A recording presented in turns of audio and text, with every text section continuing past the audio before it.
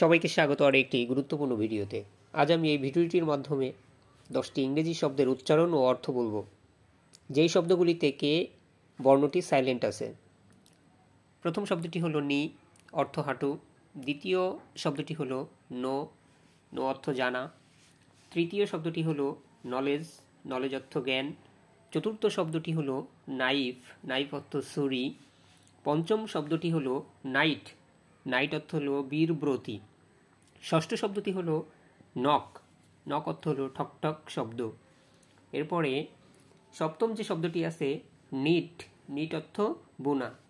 এরপরে অষ্টম যে শব্দটি আছে নিটিং, নিটিং অর্থ হলো বুনন। তারপরে নবম যে শব্দটি আছে ন্যাক, ন্যাক অর্থ দক্ষতা।